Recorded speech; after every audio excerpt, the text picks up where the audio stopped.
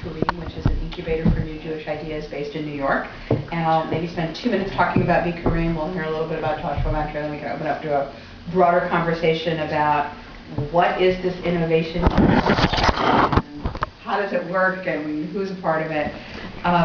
So Be Kareem was founded 10 years ago. It was founded by an entrepreneur, someone who made his own wealth in the for-profit sector doing educational software development, and was someone who was approached by lots of people in the Jewish community as a philanthropist. And of course, every time people came to him, they said, you know, Martin, I've got a great idea. What they really meant is, Martin, could you write me a check? And at some point, he realized that what he felt a lot of these projects needed was not actually funding, but was other forms of support that were very hard for them to get, like good advice and figuring out a good business model and some place to park themselves and have an office so that they weren't working on a laptop in their bedroom and all these other things. And because he came out of the high-tech sector and was really familiar with business incubators, which are a model that's used very widely, particularly in technology, he said, why doesn't someone build an incubator in the Jewish community for all these new projects and these new ideas? So he went first to Jewish Federations of North America, which is the umbrella for all the federations, and to JESNA, which is the Jewish Educational Umbrella Organization for all educational activities in the Jewish community. You're probably touched by JESNA in some way, but don't actually know that because they, you know, are a national umbrella, and said, help me set this up. I want to do this as low cost and as lean as possible. So he got donated space from what was at the time United Jewish Communities, which is now Jewish Federations of North America, and got donated staff time from JESNA and set it up as a no-cost operation.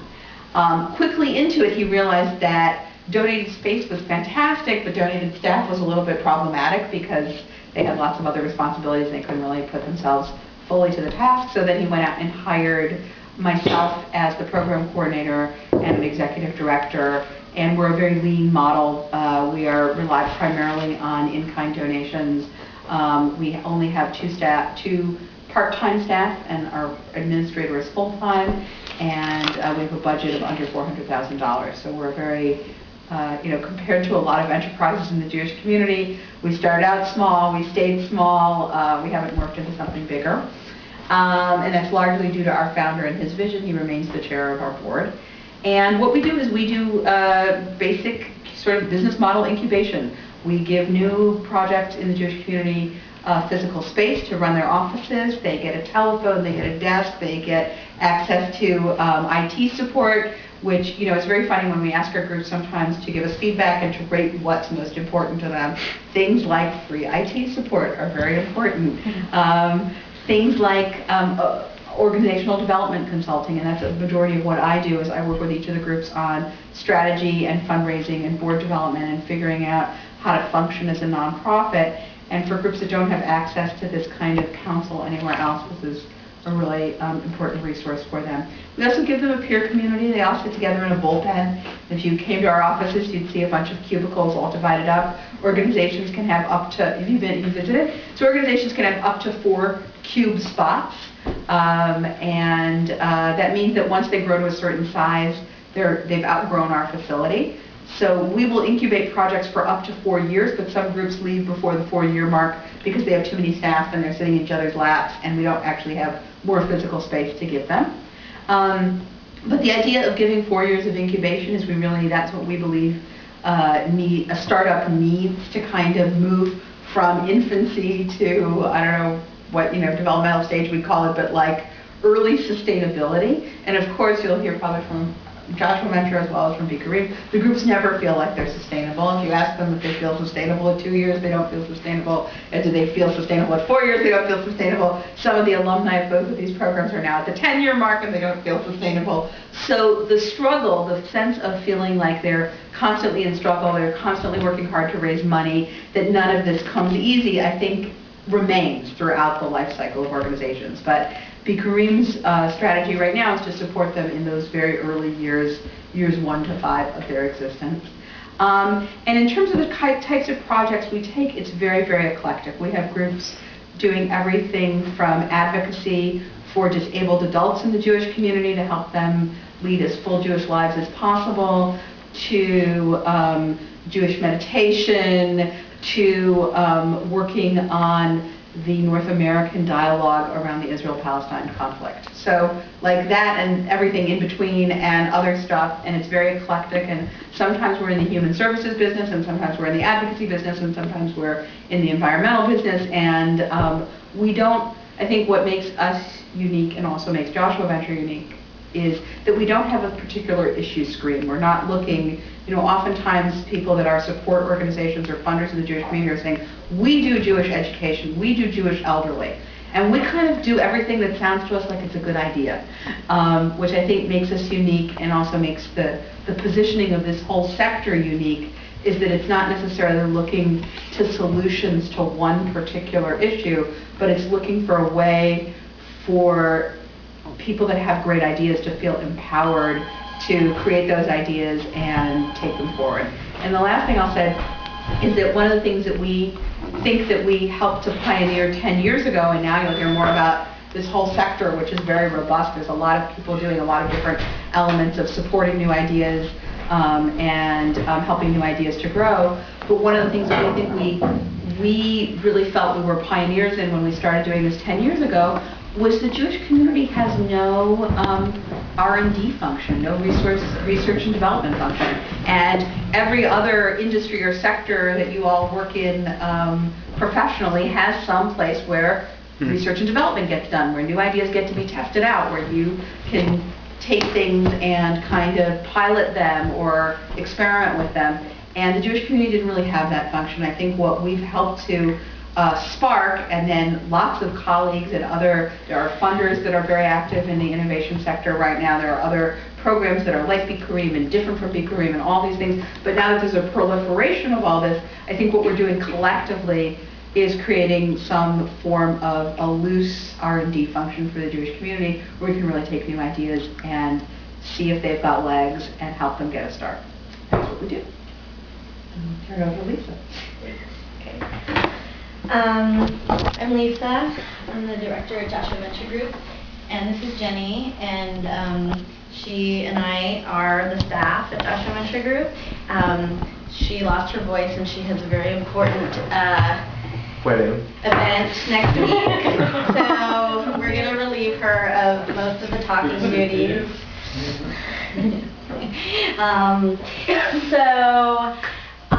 Let's see. Joshua Venture Group was founded around the same time that Bikurim was founded,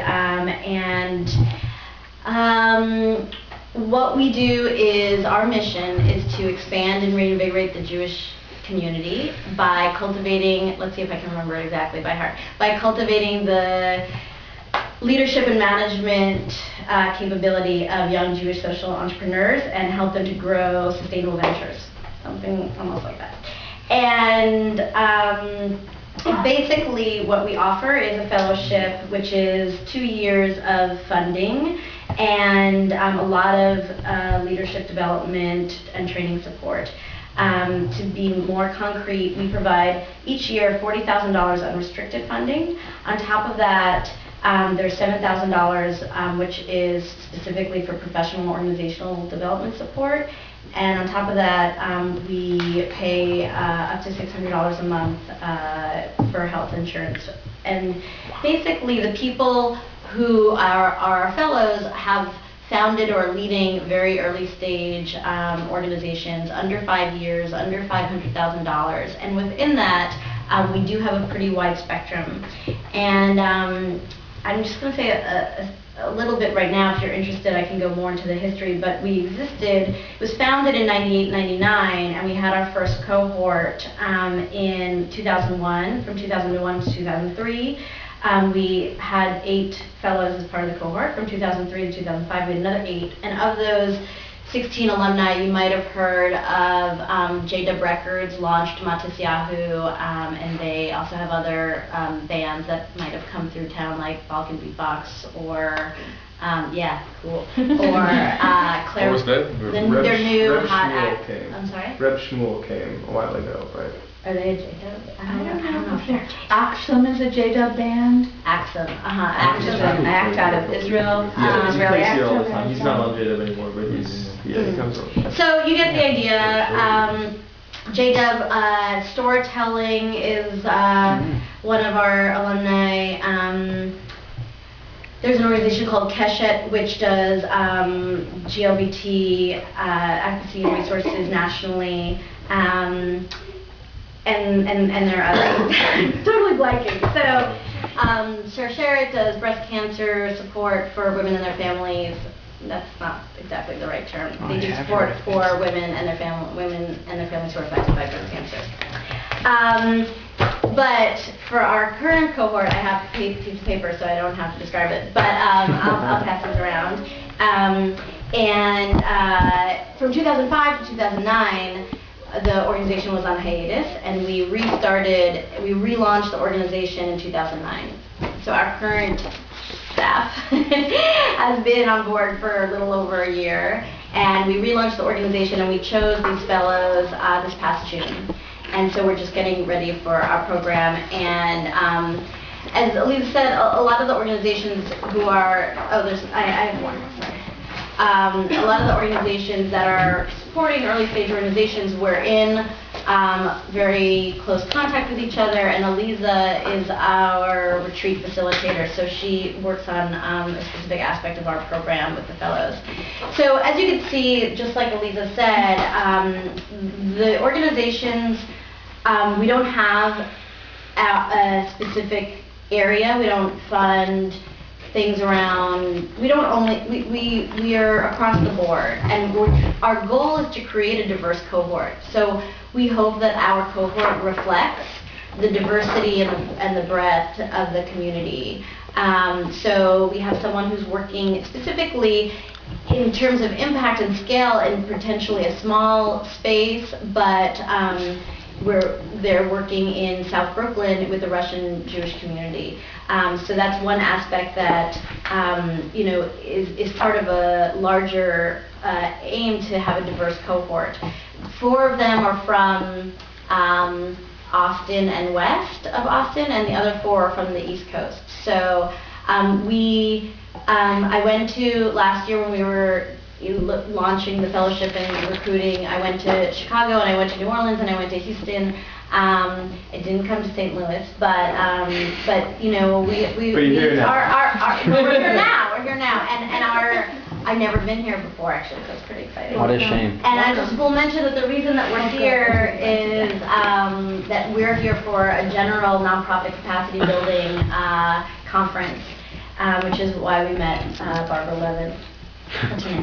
Barbara, yeah.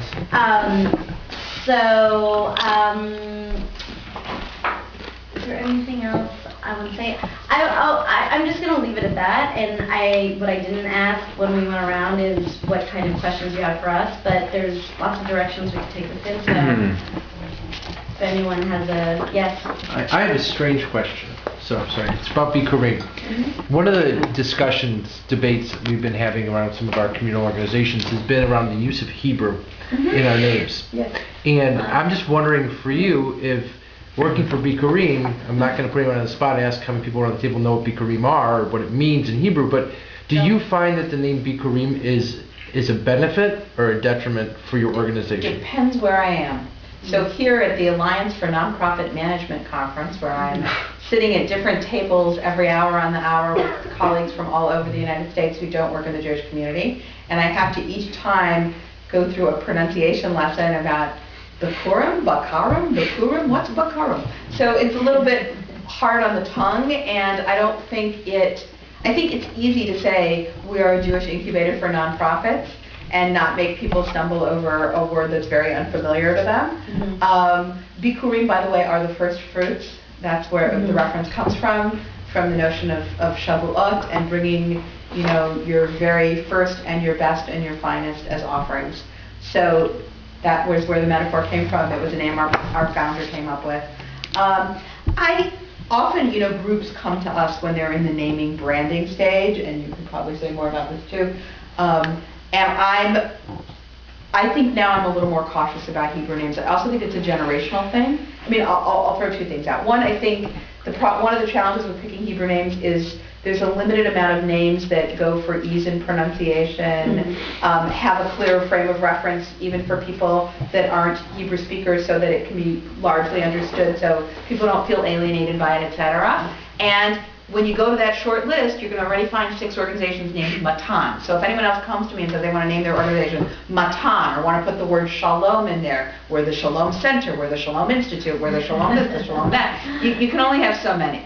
So one is like scarcity problem, and then the other I think is a generational factor, which I think is fascinating, is that I think I'm understanding that more of a generation of people in their 20s and 30s want to name organizations something that doesn't sound so exclusive and is something, this whole notion that people want something that they could bring their non-Jewish friends to and they could feel comfortable. Lots of people are in multi-faith families and multi-faith relationships and they want to feel like that is a comfort zone. And by putting a very Jewy name on something that only a real Hebrew speaker understands could be exclusive and not inclusive. I have a couple of thoughts on that in a little bit of a different way. I was meeting with the Food and Society Fellows out of the Kellogg Foundation, actually. And so they came to me because they knew that we had a few fellows working in food justice in the Jewish community, and one of them is specifically studying like faith and the food movement. So we were talking, and I was like, oh, well, you have to talk to Hazon, and you have to go to the Adamah Fellowship, and you need to, there's a new, the farm is called Kayam, and then there's this other farm called Ikar, and they're all these Hebrew names. And the people who worked in the environmental movement, they were like, that's awesome. They were like, gosh, we have to get away from these acronyms. Everyone in the environmental movement is these acronyms. You have a word, it means something in another language. They thought it was really cool. And I think that it's a little bit like Yahoo. Like if people don't know what it means, you can put whatever brand around it. So, I mean, that's like a branding thing. If no one knows what Bikurim is, like, I don't associate Bikurim with Sukkot. Like I associate Bikurim with Eliza, So like it takes on a whole new meaning if you do it right. Yeah. So. Good analogy of Yahoo with Thank you. I went to business school. No,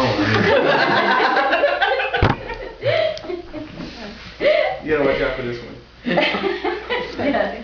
So how did Bikurim and Joshua Venture differ? It's a good question. I was thinking that I was going to say that in my intro after she spoke, but then I didn't. But it's a question that, because we relaunched and Bikurim's around, I get that question a lot. There's a few easy things. One is that we're national. So Bikurim is really focused on being a residency, and so their folks are local. At least, based at least an hour, so they can, or two away. We don't have space and they have space, so that's a big difference. And the amount of cash that we provide is significantly larger.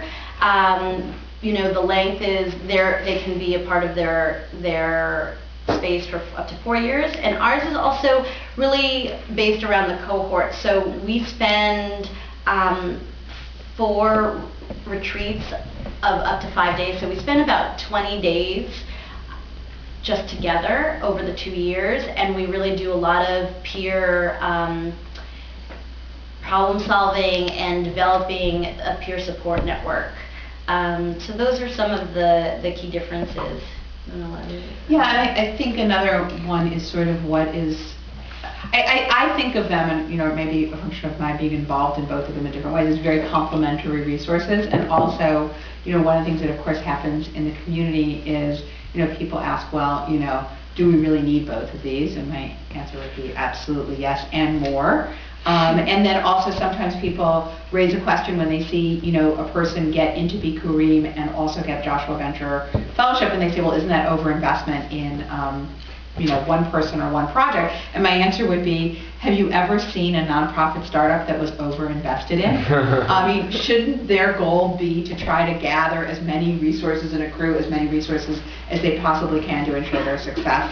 And we also know, I think historically, the groups that have gotten the most traction in the community and gained the most investment from all corners are the ones that have ultimately done the best. There could be a lot of chicken and egg of like what makes a group eligible for all that, et cetera, but I think that there's definitely not, and I apologize for all the side noises, that's my son. But that's another kind of thing. And then the other thing I would say is that, it's sort of like looking at what horse are you betting on. And Joshua Venture looks at the individual very carefully. Who is the entrepreneur? Who's the lead person on this project?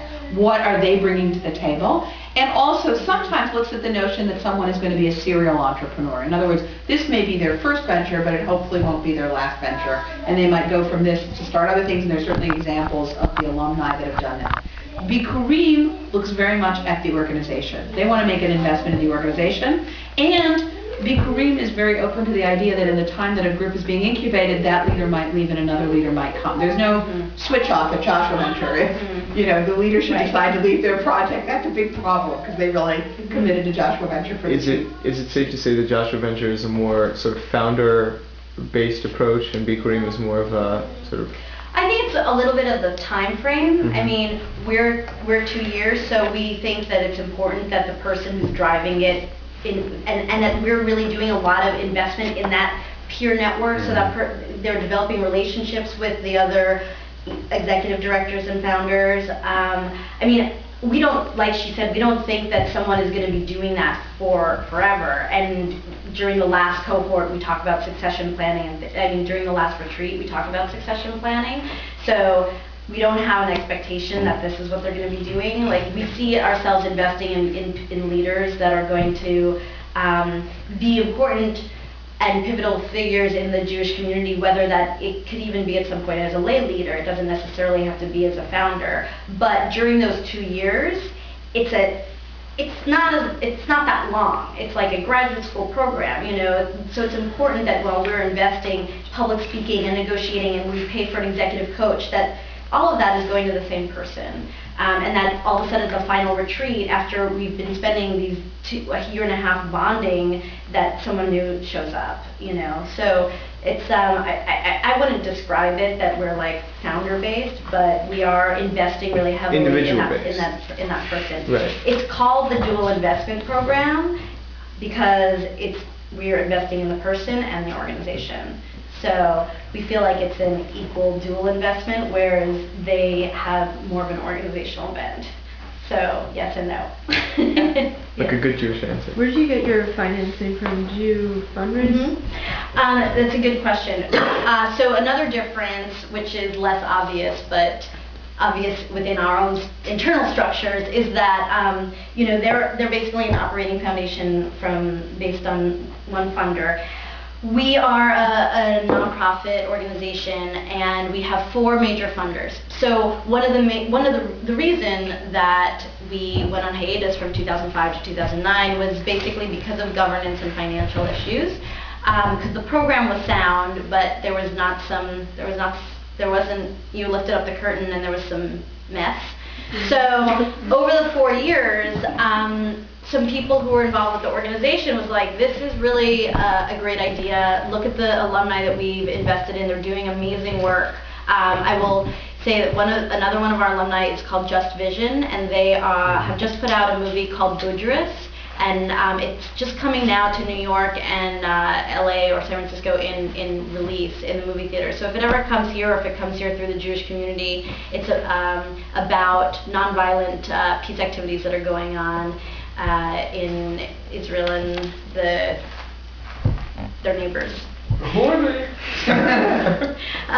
So they do amazing. They're one of the people who do amazing work. And so a couple of people spent 4 years basically rewriting the business plan and garnering the funding. And because they felt like, because we're investing in early stage, they don't have to go out and fundraise for the next year. So because we're investing in early stage, it's really hard to prove our outcomes because this is a long process. So they were like, we need 5 years of solid funding. And so they got 4 funders to sign on equally. And so from 1999 to 2013, the end of 2013, into 2014, we have 5 years of funding for exactly 2 cohorts. So we're in the middle of the first cohort. We'll be recruiting for a second cohort. And if we want to continue, if we decide, if the board and the staff and in conversations with our funders decide that we want to continue the program, then that's sort of the next stage. So the funders, the names of the funders are on the bottom of the second page. They're 3 of them are pretty well-known funders in the Jewish community. One of them is none of them are actually, well, one of them is in New York, Nathan Cummings. One of them is based out of Akron, the Littman Camphor Foundation. Charles and Lynn Schusterman Foundation is in Tulsa. So even though we don't have fellows from the middle, we have Buddy from the middle.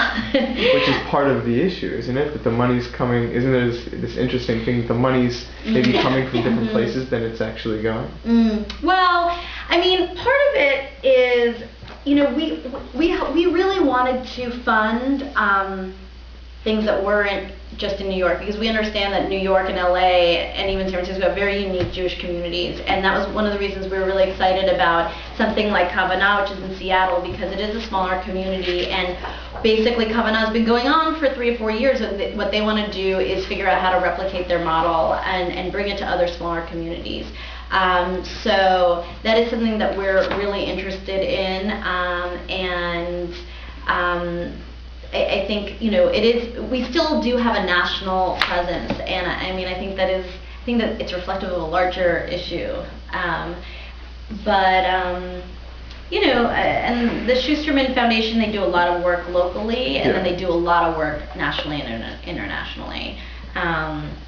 So we have, I have to say that the other thing that these the people who sort of architected the relaunch, they also chose our board, and the board is separate from the funders, and so when they recruited for the executive director, I was able to walk into this situation, which is like ideal. You know, it was like, imagine if you could run an organization and then sit down and for 4 years and rethink it and put all the money in place and handpick a board. And so it's a really unique situation in terms of like organizational development. I mean, we feel very lucky, and it's really amazing because we have the history and the reputation and a structure of a program that works, and we're able to learn from our community to really improve upon that.